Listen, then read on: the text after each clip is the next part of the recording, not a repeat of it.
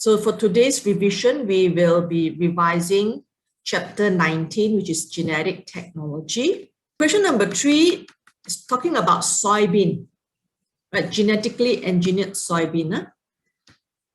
So soybean is an important food crop for human consumption, as well as for the feeding of animals. And there are 2 varieties of soybean, Vinton 81 and GTS 40-3-2. Okay. Vinton 81 has been developed in the traditional way by selective breeding or artificial selection, whereas GTS 40-3-2 is an example of GMO, genetically modified organism. Okay, so GTS 40-3-2 is described as a herbicide resistant. That means the genetic engineering has included a gene that confer herbicide resistance of the plant, as it can withstand the application of glyphosate herbicide. Glyphosate is sprayed on a crop to kill the weeds. So question asks, outline how genetic engineering gave GTS 40-3-2 the trait of herbicide resistance. So this is a very direct question. They ask you for all the steps involved from obtaining the gene until the final product, which is actually the herbicide resistant trait of the plant is being produced. So herbicide resistant plant produced. Okay, starting from the gene for herbicide resistant. So this one, you have learned it in your syllabus. So let's look at the total marks. Total marks is 4 marks. So based on your syllabus, what you have learned is this one here. Okay, herbicide resistance. So step number 1, you want to obtain the gene for herbicide resistance.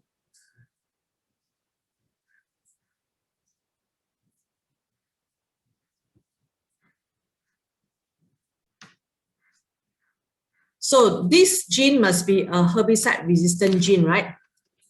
Herbicide resistant gene. Okay, obtained from maybe bacteria. Remember, herbicide resistant gene, so obtained from bacteria, soy bacteria, say for example. Okay, so step 1. Then step 2, you need to cut this piece of gene out, because bacteria DNA is circular. You only want this gene. So you need to cut this gene out. So of course, you need to use the enzyme, restriction enzyme, to cut it. Okay, so you have to mention about cut the gene using restriction enzyme. Okay, and then you want to transfer this piece of gene onto the plasmid, because you want this piece of gene to be transferred to the plant. So you need to use a suitable plasmid which can naturally be injected into the plant cell. So this plasmid must come from Agrobacterium tumor faciens, because this is a bacteria that will naturally infect plant cell and inject the DNA into the plant cell.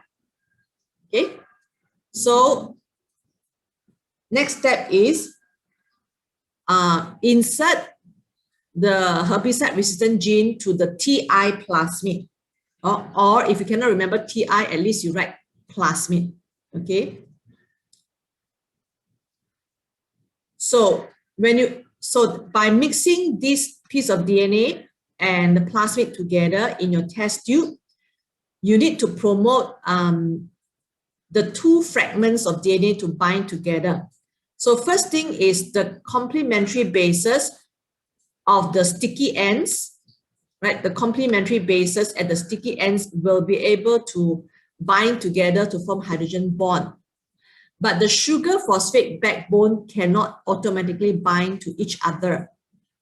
So therefore, the sugar phosphate backbone of the 2 fragments, they have to be promoted to bind together using another enzyme.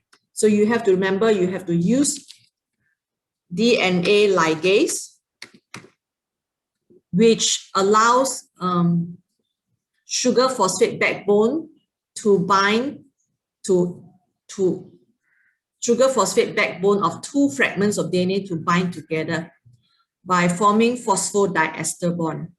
Okay, so you have to mention about DNA ligase is 1 mark. So after they bind together, the product form, remember, every time you talk about a reaction, you must say what are the substrates, what are the product. So the product is a recombinant. You can call it recombinant DNA. That's what you learn. Recombinant DNA, or you can also call it recombinant TI plasmid or recombinant plasmid also can. That means a plasmid having a foreign DNA bind to it, so you can call it as a recombinant plasmid. Okay. So after that, you want to introduce this plasmid to the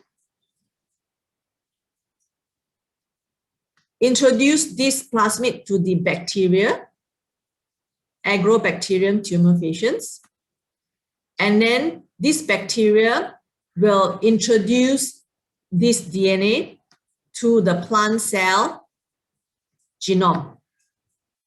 So the mark given is you have introduced this recombinant DNA into the plant cell. You must mention either the cell or the genome or the DNA. So because eventually we want that piece of gene to be inserted into the DNA. So you must at least say that you introduce it into the cell, but more specifically into the genome. It means the DNA in the nucleus or into the DNA. Okay. So this is showing you where the piece of DNA, this piece of DNA has been inserted into the host DNA, right? So after that, you want the plant to express the gene so it becomes herbicide resistant. So therefore, the plant, when the plant grows, it will express the gene. Okay, so you need to say the gene is being expressed. And then when the gene is expressed, what is the product form? Okay, gene expressed. Okay. Then the protein that are produced, which can be an enzyme, is resistant to the herbicide. Okay. So this is how you step by step describe how come the plant becomes herbicide resistant. So very detailed step to show. Okay. And of course here you learn more than you learn all the full process. So therefore there'll be mark given if you say that once you insert the gene to the cell or genome or DNA, you will want to produce the plant by tissue culture, right? This is a tissue culture, right? You grow pieces of leaf, pieces of tissue, okay, pieces of bud or callus, okay, and then from there you use PGR. After you grow the cells, the tissues, you use PGR to induce roots to grow. And after that, you use another PGR to induce shoots to grow. And then after that, when they grow, you can transfer them to the soil and continue to grow into a plant. So all this has got mark as well. One more mark given for mentioning the detail of growth of the cells. Right? You insert the gene to the cell. How do you grow them to become a plant? So you can start by growing tissue by tissue culture. Tissue culture means you grow the piece of tissue on an agar plate which contains nutrient medium, and you can have got PGR to induce different structure to grow. You can induce callus to grow. callus is actually a ball of cells that are produced by repeated mitotic division. Okay, so you need to use a certain mixtures of PGR to induce the callus to grow. This ball of cells are very useful because this ball of cells, when it grow big, you can actually divide them into different ball of cells. It's just like you have got the embryo, the ball of cells, and you split it into 2 or 3. Each one of them can grow into a new organism. So here you've got a ball of cells. The callus is very big. You split them into small portion. Each portion will still grow into a new plant. So that's the advantage of growing the callus. So after you grow the callus and divide into small portions, each of the portion you start to induce root to grow and induce shoot to grow, and then they become a new plant. So that's why some of them prefer to grow the callus first.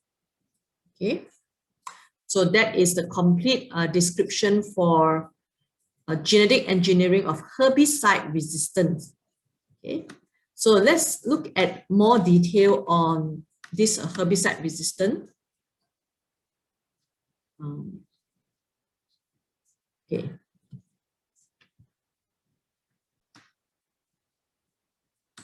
Okay, so you have learned that when you use the herbicide actually inhibit the synthesis of 3 amino acids, right?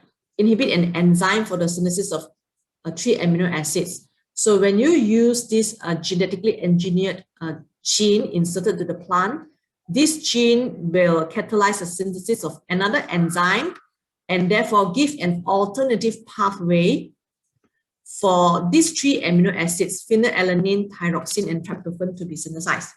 So is there another enzyme will allow the plant to be able to still synthesize these 3 amino acids, even though the original enzyme produced by the plant is inhibited by the herbicide glyphosate.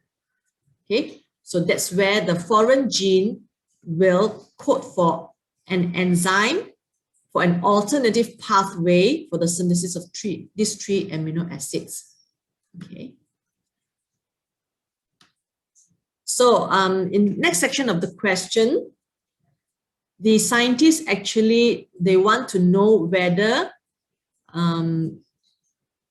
genetically modified soybean should be planted in other countries other than US. Okay, so they want to know whether GM soybean should be cultivated or not. So therefore they simulate the data, okay, to see the percentage change in yield of soybean if the country is asked to decrease GM soybean cultivation to 0%. So what happened is that only US at that time, they are actually planting GM soybean, whereas these 3 countries, they do not plant GM soybean.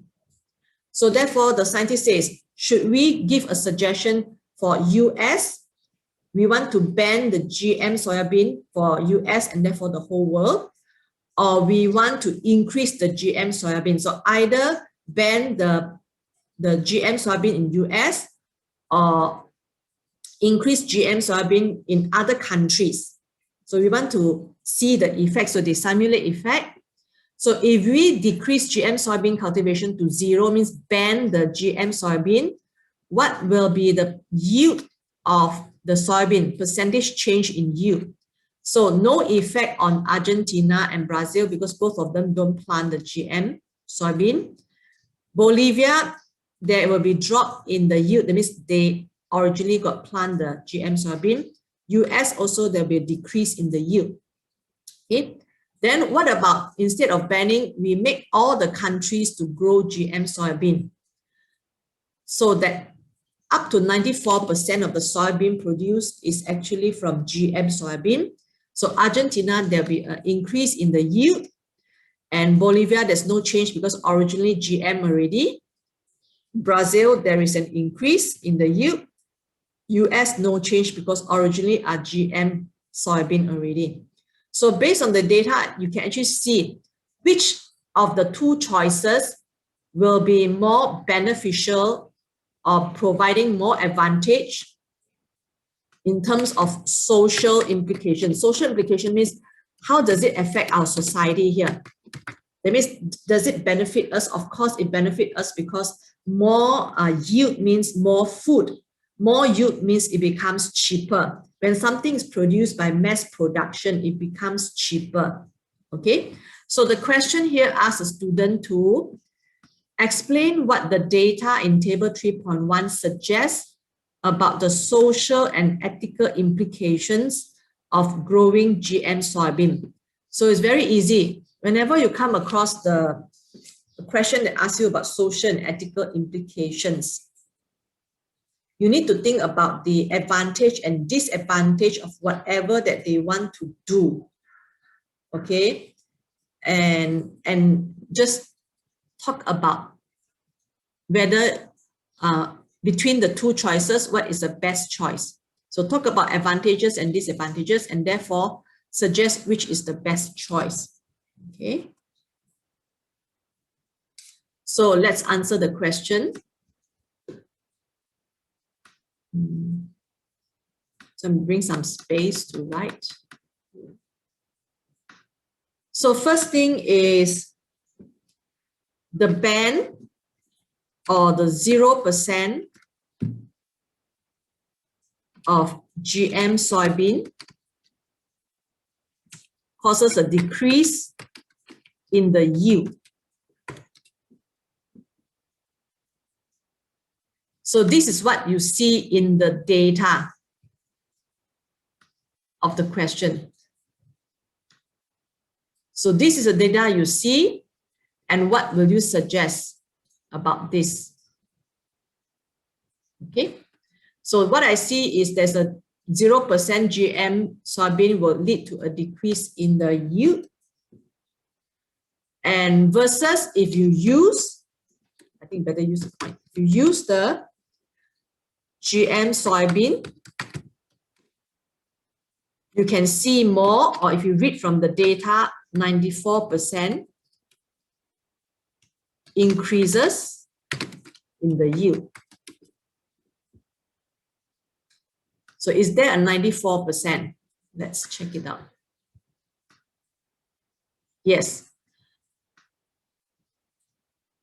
Okay, 94%. That means you increase the planting of the GMO up to 94%.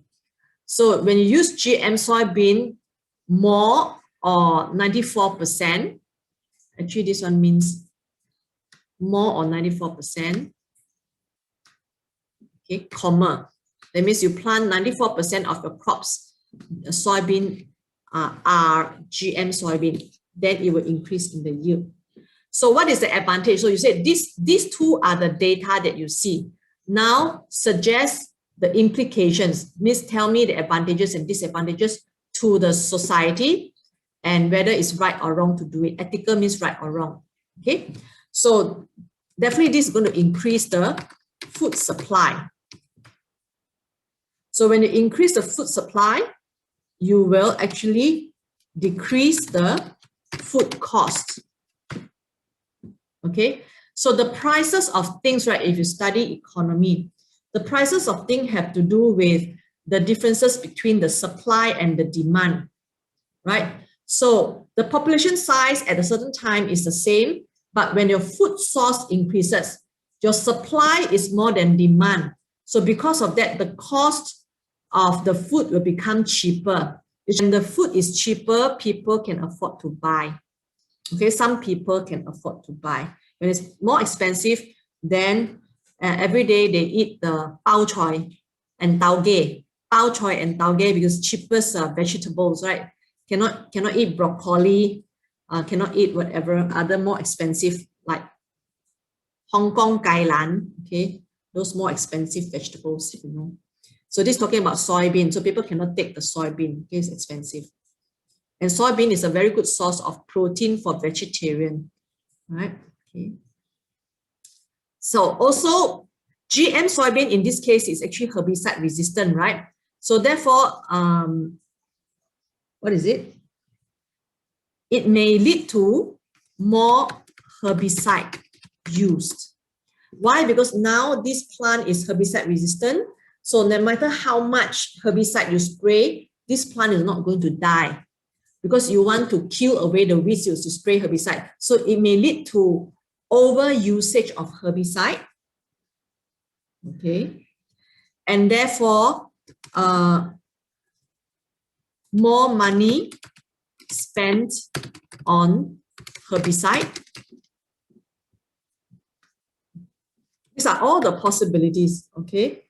And also maybe high costs of GM seed, okay? Genetically produced seed, because it goes through a whole series of processes carried out by the scientists to produce those seeds. You know, starting from scratch means you have to isolate that piece of gene that confer the resistance, and you have to insert it into a plasmid, insert it into the bacteria, add together with plant cell, and after that do the tissue culture, and then so many steps involved, and all involve timing, professional fees, and also material fees.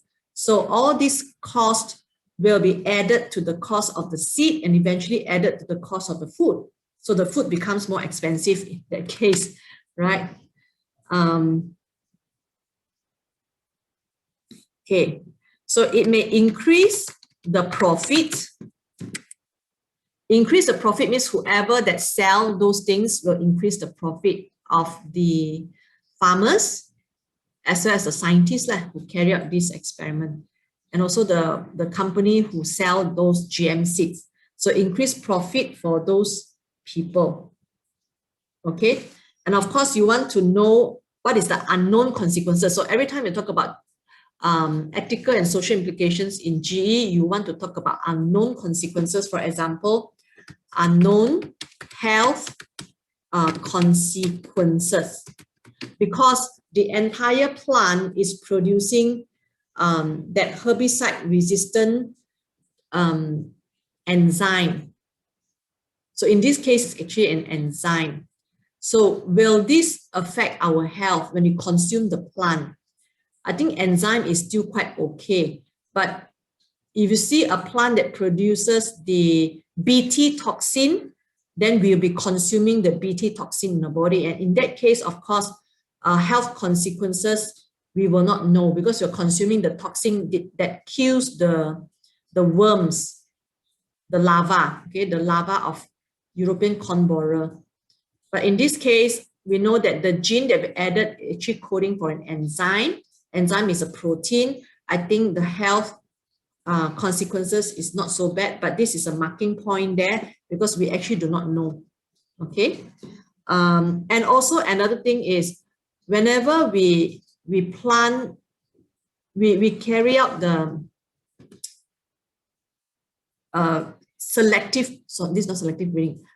And whenever we do plantation, okay, in this case it's GM plant. GM plant means we keep on producing the plant having this particular gene, and then we keep on planting those kind of plants. So that may actually decrease in genetic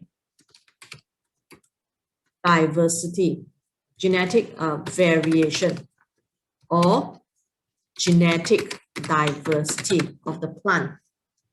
Okay, because it depends on the plant variety that the research center has used in order to introduce this the herbicide resistant gene to the plant. So it comes from a certain variety of plant only, the soybean plant. And then this one is, this seed that produced is actually distributed all over the world, which means to say that when people start to plant the seed, they're actually planting a certain variety of the soybean. So the rest of the variety that they've been planting that they no longer plant, it will reduce the genetic variation in that way. Okay, for whichever that they no longer plant. So whenever genetic variation decreases, you know that genetic variation is a raw material for natural selection. So that means to say that this plant may not survive when there is a change in selection pressure, where when there is no allele available, the variation of allele available that allow them to survive in a new environment with a new selection pressure. Okay, so that's our concern. Explain what the data in table 4.1 show about the social implications of growing GM. So very interestingly, they only ask for social implication, whereas previous question asked about social and ethical implications. Okay, according. Social implication means how does it affect our society? The scientists use computer models to predict the effects of global ban that will reduce the cultivation of GM crops to 0% all over the world. Okay, so using computer model to actually predict the effect of global banning of planting GM crops. So the data here is from the simulation of the computer model. Okay, so what you can see here is, okay, the percentage crop yield will decrease for all the three types of crops here, rapeseed, rice, and soybeans. And because of the decrease in the yield, the price will all increase. So explain what the data show about social implications here.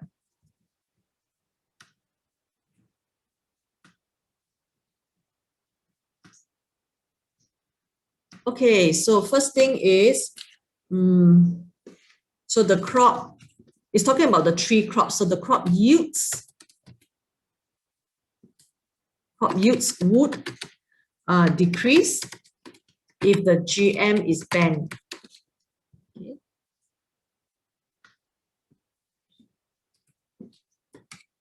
And then, so this is from the table, right? So the prices would increase if the GM is banned. Okay. So when the food prices increases, what will happen? What is the result of all those food prices become increased? Then maybe people will not be able to have access to the very basic food. So issues involving food security, maybe unable to get sufficient food. So it leads to social unrest and even wars. Okay. So that is an outcome of if you cannot get enough food, and the food is so, you know, when the food is so expensive, people start to like, they will actually show their, you go around and show that you want the government to do something about it. Okay, go for strike. Okay, sign petition. Okay, right. So a worldwide ban on growing GM crop varieties would mean that more land would be needed to grow traditional crops, such as Shenyu 2. This would involve converting forests and grasslands to crop growing land. So the table shows the predicted changes in CO2 emission associated with this change in the use of land. So they say that, okay, so now if we ban GM crop, not only we got less yield and the price will increase, we may actually need more land to grow the crops because the yield is less. So when you want to have more, you have to need more pieces of land to grow them.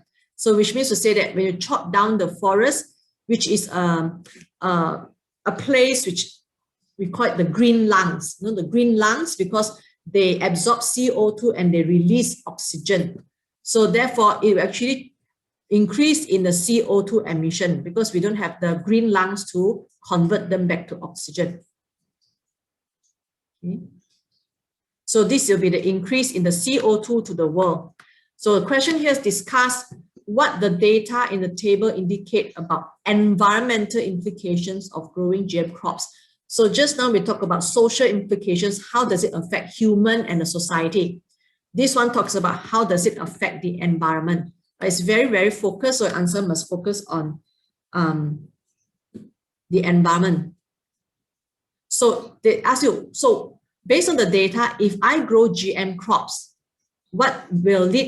how will it impact the environment? So it will actually helps to reduce. So this is a very direct, right? Reduce CO2 emitted, which means to say that reduce the greenhouse effect. The CO2 leads to greenhouse effect, which is actually global warming. Okay, greenhouse effect leads to global warming because CO2 is a heat blanket. Remember, CO2 I teach you is a heat blanket. CO2 in the air, right? When the sunlight comes down and then reflected back to the air, the CO2 particles will be trapping the heat, and the heat will be covering the whole earth. The earth will warm up. That's why the iceberg will melt. So that will lead to climate change. Okay, iceberg melting. Okay, and the polar bear has no food to eat. Okay, polar bear are starving and becoming very, very thin. Okay, this is a 2 marks, right? You need 1 more mark for that. So 1 more mark is it helps to protect the biodiversity. Remember, when you chop down the forest, you actually will decrease biodiversity. So it helps to protect biodiversity, or protect the ecosystem, or protect the habitat. So 2 marks. Okay, so that's all for the question we're going to discuss today. We've covered everything